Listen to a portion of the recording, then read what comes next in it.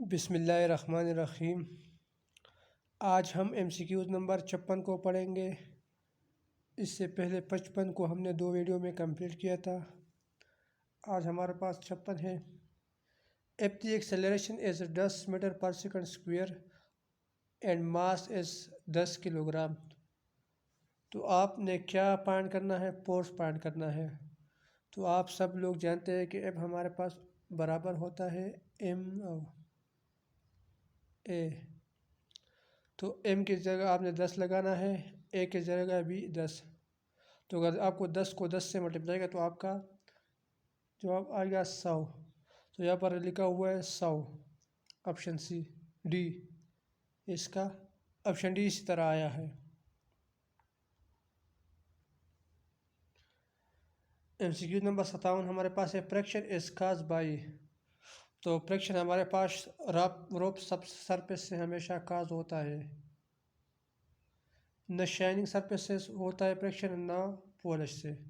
मतलब फ्रैक्शन जब भी होता है तो उसके लिए ज़रूरी है कि फर्श इस सरफेस इस तरह हो, रोप सरफेस हो।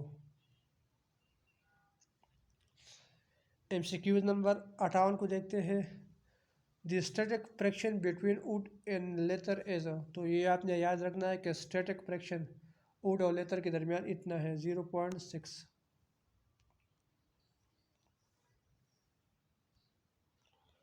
MCQ नंबर 59 को देखते हैं। The formula for friction is. तो फ्रैक्शन के लिए हमारे पास फार्मूला है F is equal to micro F N N. ये हमारे पास फ्रैक्शन का फार्मूला है, माइक्रो एफ एन। यहाँ पर MCQ नंबर 60 है हमारे पास। A force of 10 newton is required to pull 5 kilo box point F U. ये आपने माइक्रो को आपने फाइंड करना है। तो उसके लिए फार्मूला हमारे पास है एफ हमारे पास इक्वल टू होता है यू एफ एन।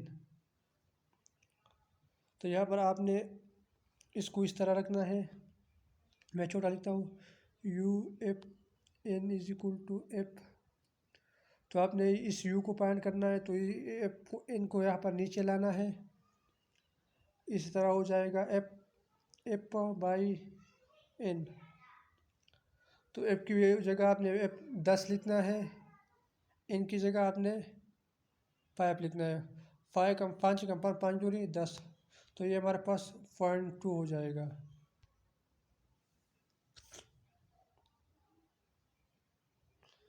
तो इसका जो हमारे पास सही जवाब है वो है 0.2।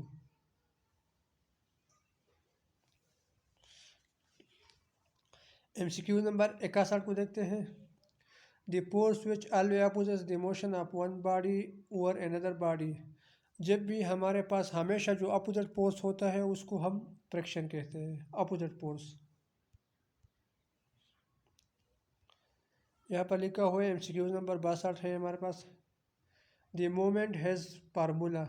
मोमेंट का जो हमारे पास फार्मूला होता है वो होता है product of mass and velocity, F V, product of mass and velocity.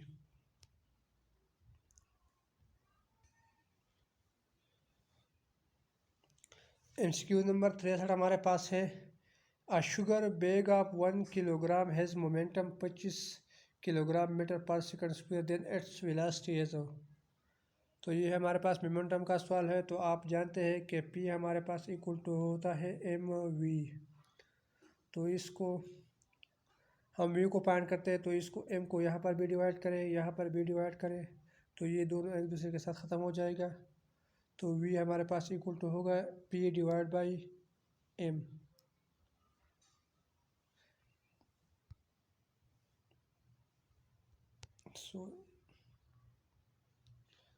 तो v हमारे पास इक्वल टू हो जाएगा P डिवाइड बाई m। तो P की जगह आपने 1 लिखना है और m की जगह आपने 25 लिखना है।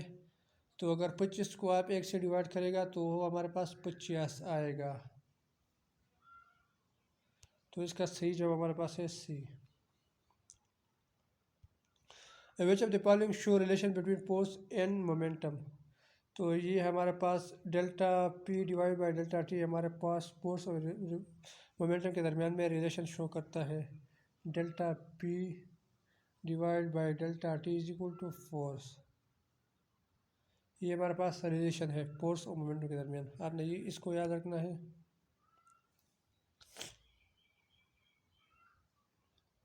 यहाँ पर लिखा हुआ है 65 MCQs। The product of mass and velocity is called momentum. Product और मास और वेलोसिटी को मोमेंटम हमारे पास एफ वी।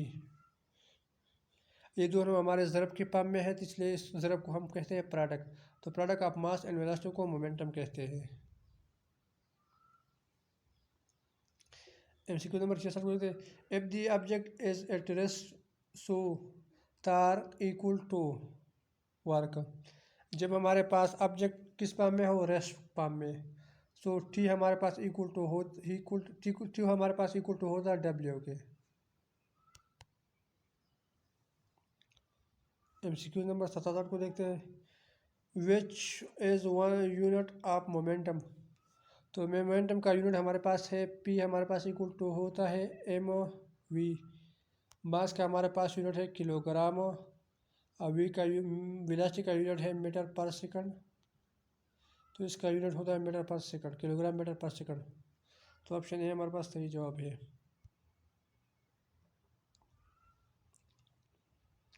MCQ नंबर 68 को देखते हैं, what is the mass of a body if weight a 580 newton. Mass कितना होगा अगर वेट हमारे पास 580 न्यूटन होगा। तो आप जानते हैं कि डब्ल्यू हमारे पास होता है mg के। तो अब हमको क्या मालूम करना है, m मालूम करना है, डब्ल्यू इसको तरह बनाना है और इसको इस तरह डिवाइड करना है ये तरीके से। तो आपका आंसर आएगा 58 किलोग्राम।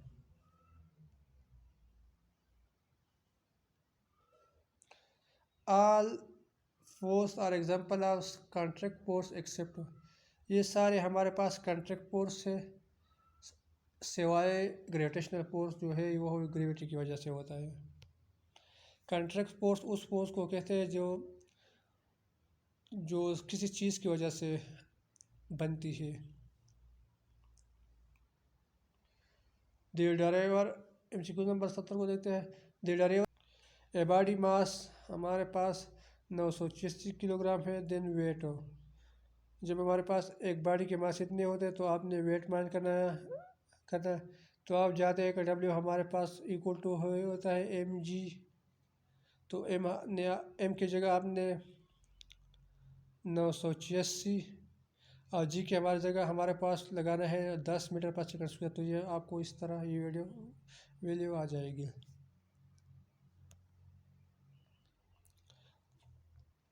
यहाँ पर लिखा हुआ है MCQ number 72, the formula for centripetal force is. तो ये हमारे पास फार्मूला है एफ सी हमारे पास इक्वल टू है mv² डिवाइड बाई आर। ये हमारे पास सेंट्रीपिटल फोर्स का फार्मूला है। सेंट्रीपिटल फोर्स किस फोर्स को कहते हैं? सेंट्रीपिटल फोर्स हमारे पास वो फोर्स होता है जो किसी मजबूरी की वजह से जो फोर्स बनती है उसको हम सेंट्रीपिटल फोर्स कहते हैं। जब आप किसी बॉडी को कंपेल मजबूर करें उसको चलाने में तो उसको हम सेंट्रीपिटल फोर्स कहते हैं। द यूनिट ऑफ माइक्रो, ये हमारे पास माइक्रो हमारे पास यूनिट नहीं होता है तो non applicable. P, Q and R S are parallel force moving in same direction, then they are called like force। ये हमारे पास like force होता है, एक जैसे फोर्स इस तरह फोर्स को एक जैसे तरफ जा रहे हैं तो इसको हम लाइक पैरेलल फोर्स कहते हैं, सेम डायरेक्शन में मूव कर रहा है। MCQ नंबर 75 को देखते हैं, डैश डैश कैन एड अलजेब्रेली। तो स्केलर क्वांटिटी को हम अलजेब्रेली भी ऐड कर सकते हैं। Force example of vector quantity, तो यहाँ पर dash dash example of vector quantity, force हमारे पास वेक्टर क्वांटिटी की एग्जांपल होती है। द यूनिट ऑफ टॉर्क हमारे पास है न्यूटन मीटर। आपको ये याद रखना है। क्लॉकवाइज टॉर्क इज टेकन, तो क्लॉकवाइज टार्क हम हमेशा नेगेटिव लेते हैं। क्लॉकवाइज हमारे पास वो हो जो घड़ी की सिमत की तरफ जाती है, इस तरह वो हमारे पास हमेशा नेगेटिव होता है, और एंटी क्लॉक हमारे पास हमेशा पॉजिटिव होता है। एंटी क्लॉक वाइज हमेशा तार हमेशा पॉजिटिव होता है, और क्लॉक वाइज हमेशा नेगेटिव होता है। A force power 15 newton and momentum RM is 2 metre. अगर हमारे पास फोर्स 15 न्यूटन है और मोमेंटम आरएम हमारा 2 मीटर है, तो तार का आप जानते हैं तार का हमारे पास इक्वल टू होता है आर एफ ओ। तो इसको आपने ज़रब देना है, तो आपका 15 को जब आप 2 से ज़रब देंगे तो आपका आंसर आएगा 30 newton metre per second square. 30 newton. MCQ number 81 को देखते हैं। वह dash dash is related to earth attractive force. तो सेंटर ऑफ ग्रेविटी को अर्थ अट्रैक्टिव फोर्स भी कहते हैं। 82 को देखते हैं। The centre from which mass is equally distribute. Centre of mass में मास इक्वली डिस्ट्रीब्यूट होता है सेंटर ऑफ मास में।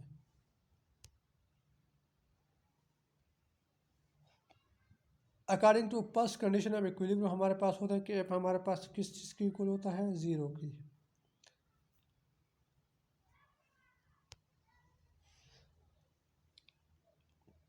According to principle of momentum हमारे पास है क्लॉकवाइज तार का एंटी क्लॉकवाइज तार का हमारे पास इक्वल होता है।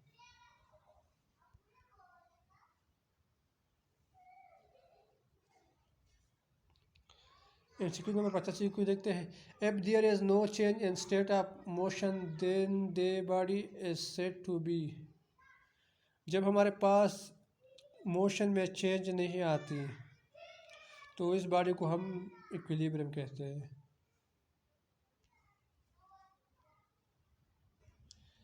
ए कपल एमसीक्यू नंबर 86 को देखते हैं। A couple consist of how many force हो। तो कपल हम दो को कहते हैं, तो ये हमारे पास दो फोर्स होते हैं। एक क्लॉकवाइज होता है, दूसरा एंटी क्लॉकवाइज होता है। कपल हम जोड़े को भी कहते हैं। एमसीक्यू नंबर 87 को देखते हैं। A couple consist of which type of force हो। तो कपल हमारे पास unlike force, unlike parallel force होता है, इस तरह मैंने आपको पहले भी बताया अनलाइक पैरेलल फोर्स होता है। A force of capable of rotation of a body in clockwise direction it is. जब हमारे पास फोर्स बॉडी क्लॉकवाइज को रोटेट करता है तो इसको हम क्लॉकवाइज तार कहते हैं। मैंने आपको पहले भी बताया, ऊपर भी बताया। Which of the following show addition of unlike parallel force हो। तो इसमें हमारे पास सी नंबर हमारे पास अनलाइक पैरेलल फोर्स है, क्या उनके इसमें हमारे पास नेगेटिव साइन है, ये एक जैसा फोर्स नहीं है। ए